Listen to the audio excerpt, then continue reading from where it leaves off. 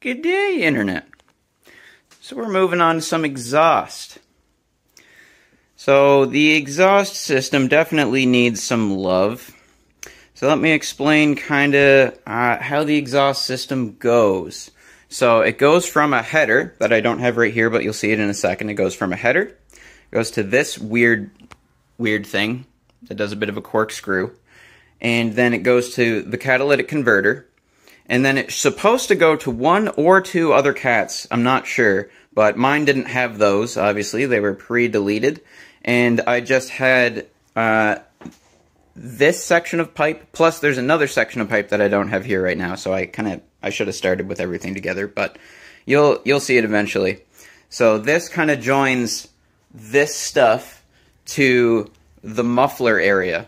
And I have a muffler on the way, and I'm not going to spoil any surprises, but it's a pretty cool muffler. I'll leave it at that. It is a pretty cool muffler. And I'm just focusing on from like the header on the engine all the way to the back to right before the rear axle. Because I don't have the exhaust yet, and I'm going to need, or I don't have the muffler yet. I'm going to need the muffler to know how to fit things together when we get there. So the scope of everything is limited to this right now, which is okay because it's a lot of work. So we're going to do some flange deleting. So instead of having a ton of these flanges and having to worry about gaskets and, you know, it's just more stuff to potentially fail, we're going to weld some things together that from the factory were flanges, because I think I counted them, and the factory setup uses like 10 or 12 flanges throughout the entire thing. And like, why? Why? I know you want to be able to take it apart sometimes, but goddamn. So we're going to delete this flange, and it's going to go, and we're going to delete this flange, and we're going to weld them together at the, you know, in the correct orientation and distance from one another, because whenever I cut this flange off, we're going to be missing the depth of the flange times 2 worth of width, which might not be that big of a deal. So this is the original flange, and it was really rusty. It was just about as rusty as this one was. And it was, all of it looked like it could be saved with the belt sander, except for down here. Down here was really, really pitted and missing material. So what I did is I took the welder, and I put a generous glob all the way along here, and then I sanded the whole thing down as one. And that's definitely going to seal. I'm pretty thrilled with that. It's pretty cool. Because I was ready to weld a new flange on this, but that's just going to be a pain in the butt. And this thing, as rusty as it looks, is incredibly thick wall metal. So I'm not worried about this breaking through whatsoever. This is going to last the life of the rest of the life of the car. It'll last that. This I don't know about so much, but we're going to use it for now. It looks like a cat, but should I even mention this on video? It's a bit of a special catalytic converter, you see. There were 4 little cracks in total on this, and they were where there's like an inner baffle that is in there, and it's welded on in 4 locations, and in those 4 locations, it had stress cracked like 4 little ones, and I was gonna just go bzz, bzz, and weld them together and seal it up. But that became complicated. Here, this is the only one that was perfect, where I perfectly went over the area, and it didn't crack. So this thing has been cracking on me every time that I weld it, and it's driving me nuts. So here I just got lucky, but over here it started off small, and then it would crack. So I'd weld it, and it would be so hot in one area, the heat differential would crack the metal because it's old and already heat cycled and a little bit rusty and stuff. So this is now as sealed up as I'm going to be able to get it. I'm probably going to go over it with some high temp RTV, and I might paint all this stuff before I call it good. And the same story on the other side. So it does not have any pinholes through it anymore. I was taking the... where's my light? Never mind. I was taking the light and sticking it in here and seeing where the light shines through, and I'm quite confident that this is sealed up now, but eventually we'll probably replace this with something else. But right now it's kind of perfect. It's a cat, looks like a cat, but it's not a cat. And I already have it. and it's the right exhaust pipe diameter for the car. So, as much as I hate this thing after having to fill all those cracks, we're going to try and continue to use it.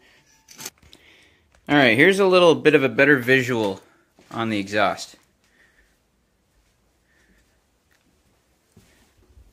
So obviously, this is the header.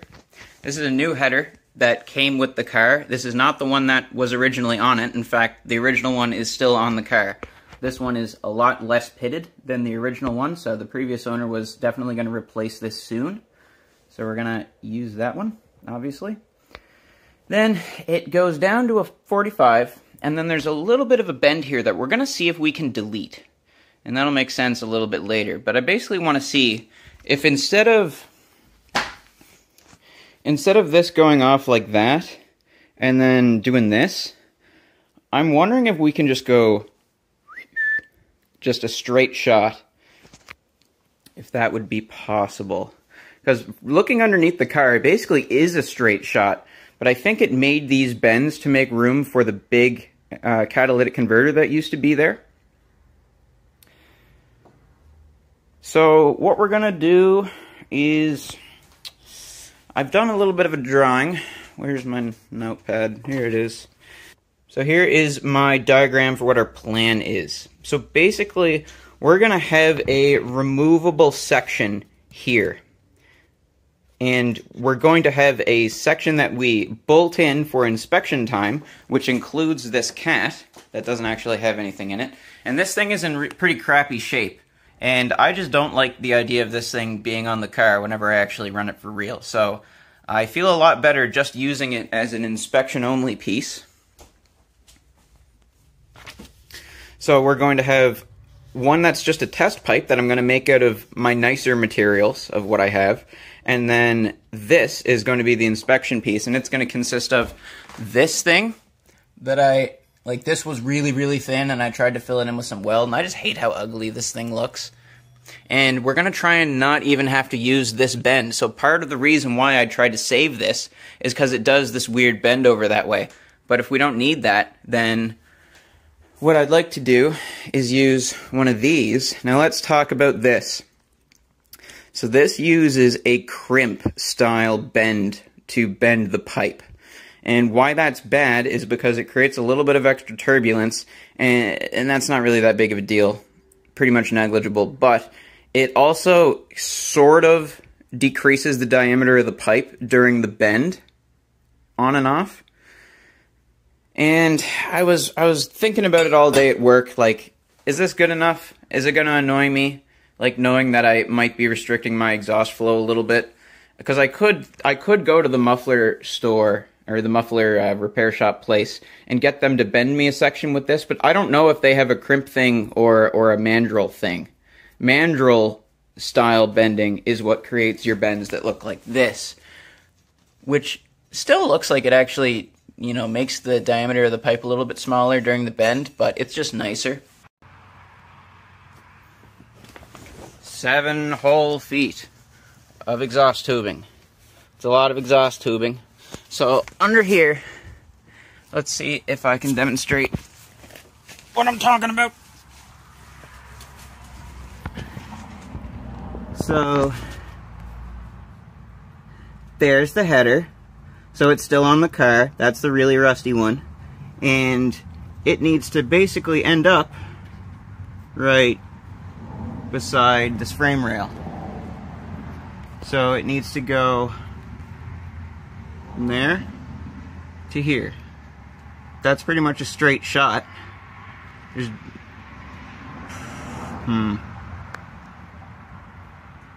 yeah, because it goes down a fair bit more. It'll just go underneath the passenger floor. Is it going to be so close to the passenger floor that it's a problem?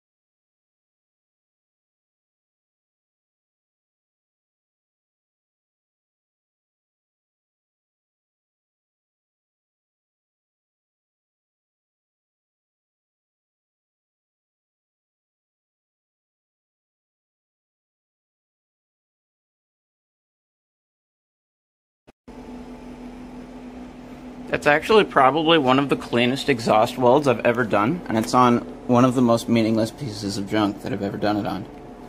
But it's needed for inspection, so I'll take it. Not bad, what? Obviously not Instagram quality TIG welding, but good enough. Good enough for me. Alright. So this is not exactly how it goes from the factory. From the factory it's flat.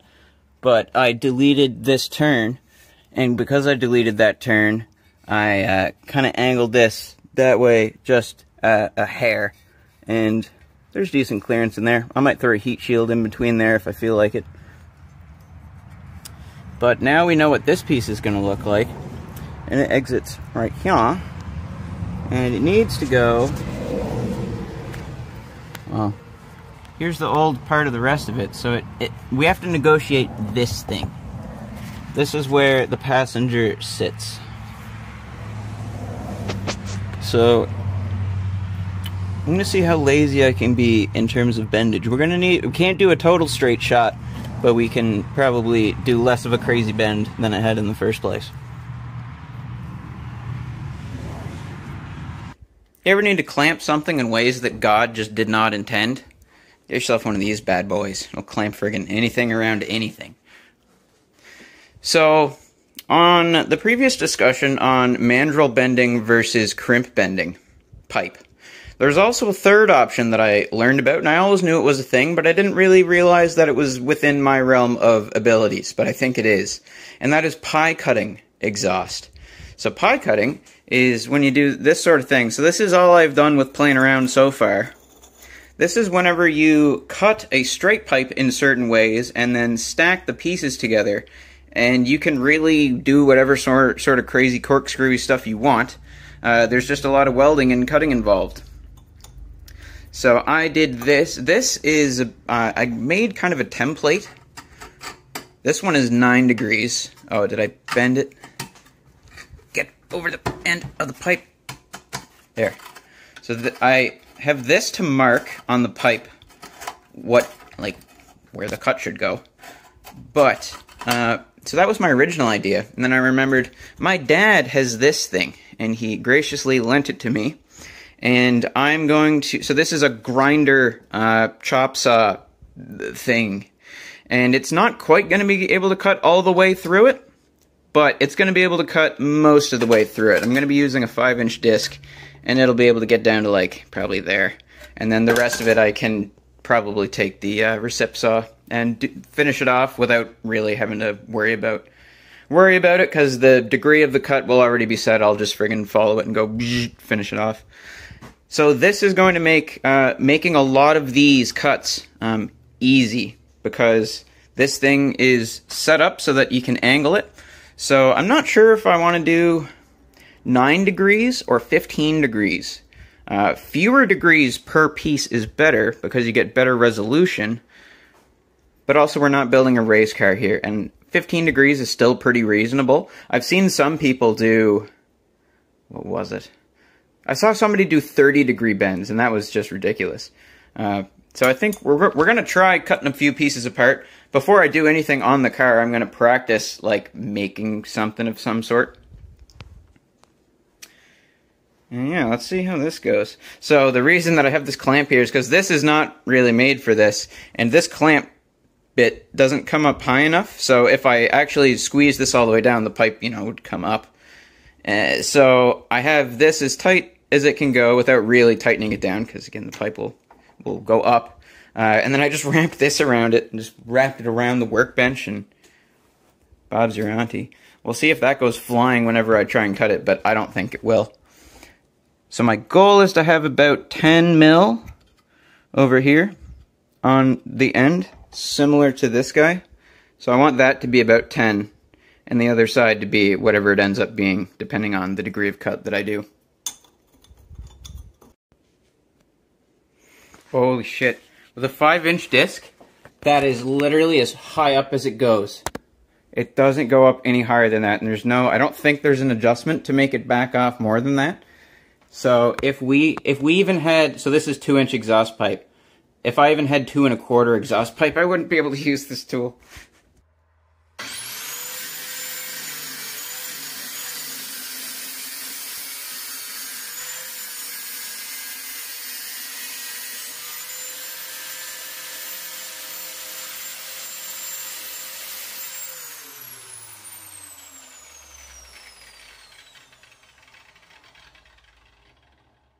Yeah, that kind of sucks. Doesn't go through. Shut up! Worked really well until it didn't. Yeah, that goes through about 45% of the tube. How can we get more movement? If I take the guard off, we'll get about another 1 millimeter, which is not enough that I'm going to do it.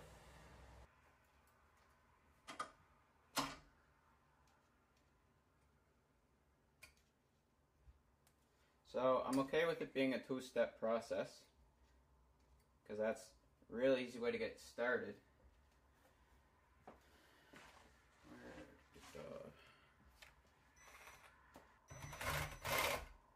Oh, don't tell me this doesn't fit in there. Physics! I hate you. Oh, I'm good. So I couldn't really turn it if I wanted to. So I can pretty much just zip it down and it's good enough.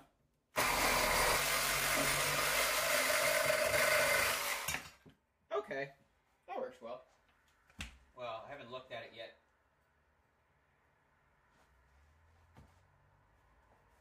That looks right.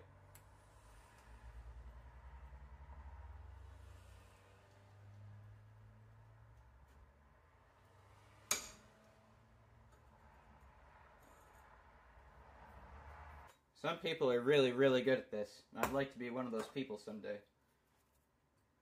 Even though this, instead of titanium and TIG, I'm doing mild steel and flux core. That's how I roll, baby.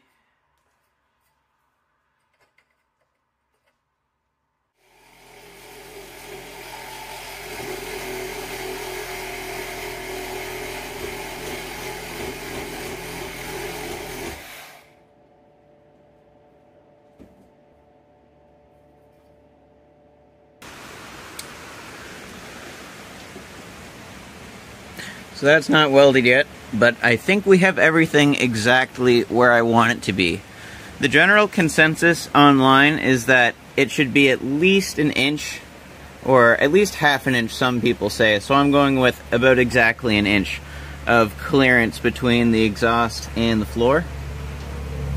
And I have it tucked up there pretty decently. Yeah, it doesn't even peek past the frame rail, so that's perfect. That might be a little bit close. Maybe I'll shimmy it over a little bit more. I've been fidgeting with this for like half an hour now. But you can't exactly easily undo it once I do it. So, I'm taking my time getting this exactly right.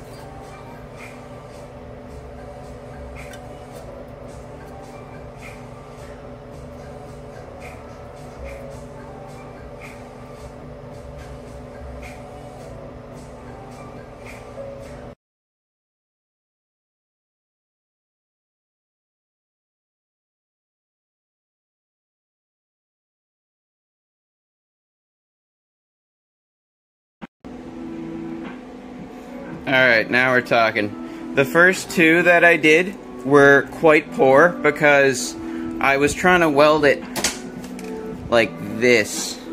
I had it vertical in the vise, and I thought that would work for me in terms of keeping it consistent and in the right place, but as soon as I tried putting it like this, it just started turning out way better. So we're gonna grind that down. I'm sure it'll probably seal. That looks a little bit questionable. Might hit that with another zap.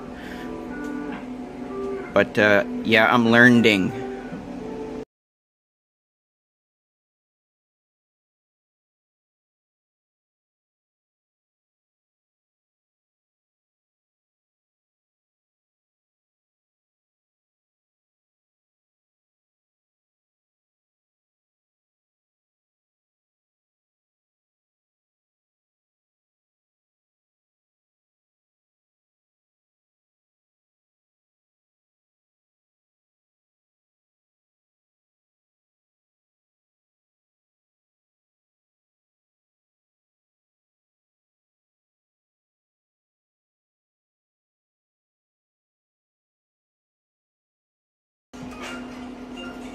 Yeah, that went approximately 500,000 million times better. Is it beautiful? To me it is. To me it is. It's a spicy meatball. I got sick of dragging the welder in and out of the house a whole bunch of times to use the vise, so we got ourselves a mobile workstation here, just clamped onto this thing that I eventually need to replace in the upcoming months. But let me show you what we got going on. I think one of the other pieces is inside the house right now, but you'll see it eventually. So, that's doing a lot less bending than it was from the factory. And then we got our 45 that we made there, and the other piece connects to this, and then it goes up here over the axle, and it kind of goes right here, and then it travels into muffler land. So this is kind of fun. I'm a huge fan of pie cutting because you can procedurally generate the exhaust while it's on the car. I'm kind of having fun doing this, if you can't tell. Alright, internet people. I stopped recording for a little bit because the progress kind of slowed down a tad. But I'm going to show you where we are at right now. And we got our muffler in the mail. We got our muffler in the mail. And I'm extremely excited to do the reveal. It's in the workshop, it's not in here. Don't get too excited. But I was mocking it up with the jack stands. And where we are right now is we have completed, well, we have tacked exhaust pipe up to that thing. So one of our beautiful pie cut 45-degree bends is right there. The other one's right there. And our muffler is going to go here. So it's not, it basically just, that's already over the axle. After that, it's safe. It can come back down a bit. So I'll basically just do like a angled piece to the muffler. But what's even more interesting is how am I gonna mount this muffler? So let's go take a look at her. I'll explain. Are you ready? Are you ready for this? Holy shit! It's shaped like a goddamn rotor. This is the coolest thing that I've ever seen. It was way too expensive, but I love it way too much to not have spent $400 on this thing. Oh man, it's cool. So, here's the thing. I want the triangularness of it to be very prominent on the back of the car. So there's going to be a sweet spot where there's going to be a nice balance between being able to see it and it not being too low. Because ideally, I would just have this whole triangular thing hanging from the bottom of the car. But I think we're going to have, about here is going to be cut off. You can still very obviously tell that it is a rotor. But also, I don't want to have any gross hangerage in the way of our cool rotor shape on the back of it. Hello. This thing is so shiny. It's so shiny. So it took a lot of brain power to come up with this idea. But we're going to try and make it happen right now. I should be able to mock it up pretty quickly. But basically, the idea is I'm going to hang it from about right here or so. And So there is 7 centimeters between where I want this to live and the frame up here, which I can weld to. But I'm not going to be welding to this thing because it's stainless steel, and I'll be welding to this and just praying that it goes well, but I'm not touching this. No way. Ain't no how. So what I'm going to do is I'm going to put a strap around this.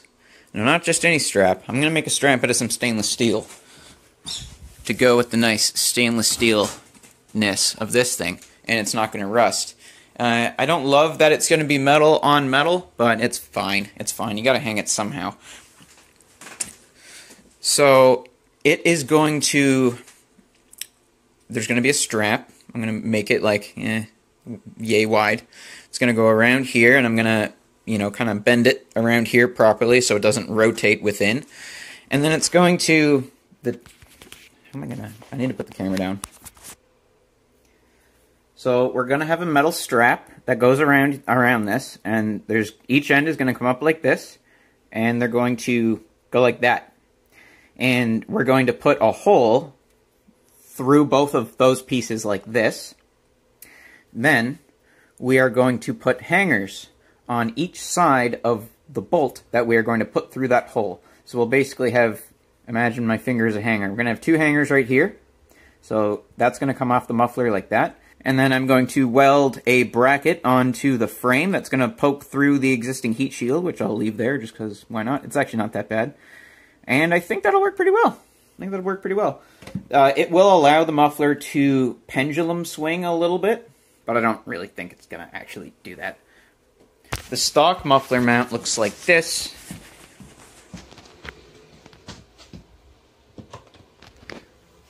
It mounts there and there, and then, so there's a hanger right there, and a hanger right there that's attached to some bracketry. But we're not going to use said bracketry, because the stock muffler is not a triangle. Picking up what I'm putting down. How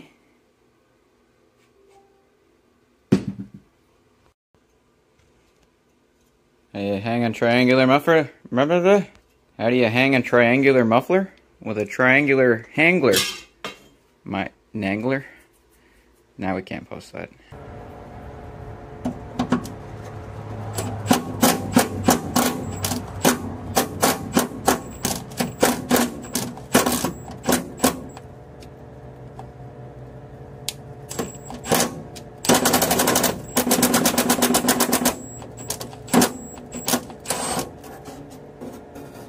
Nice, didn't snap.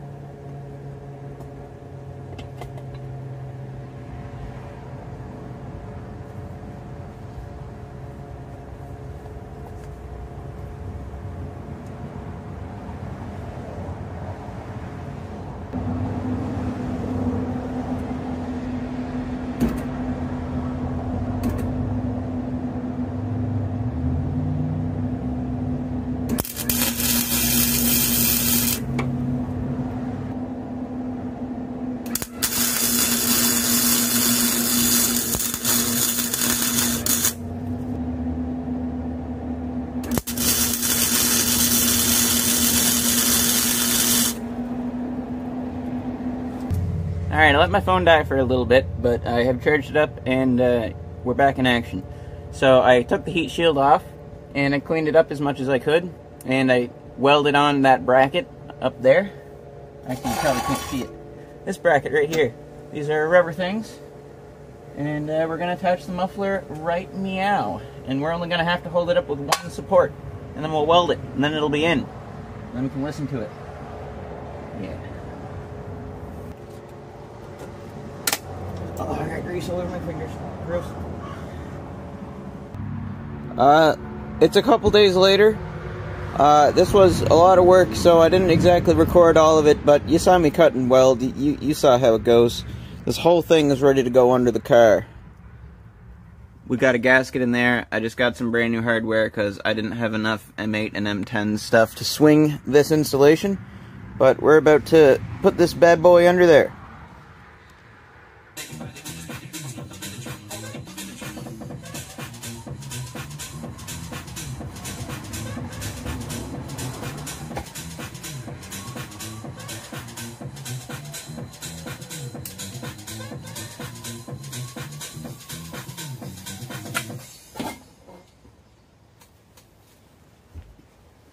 My fucking knee! Fuck! Oh, okay.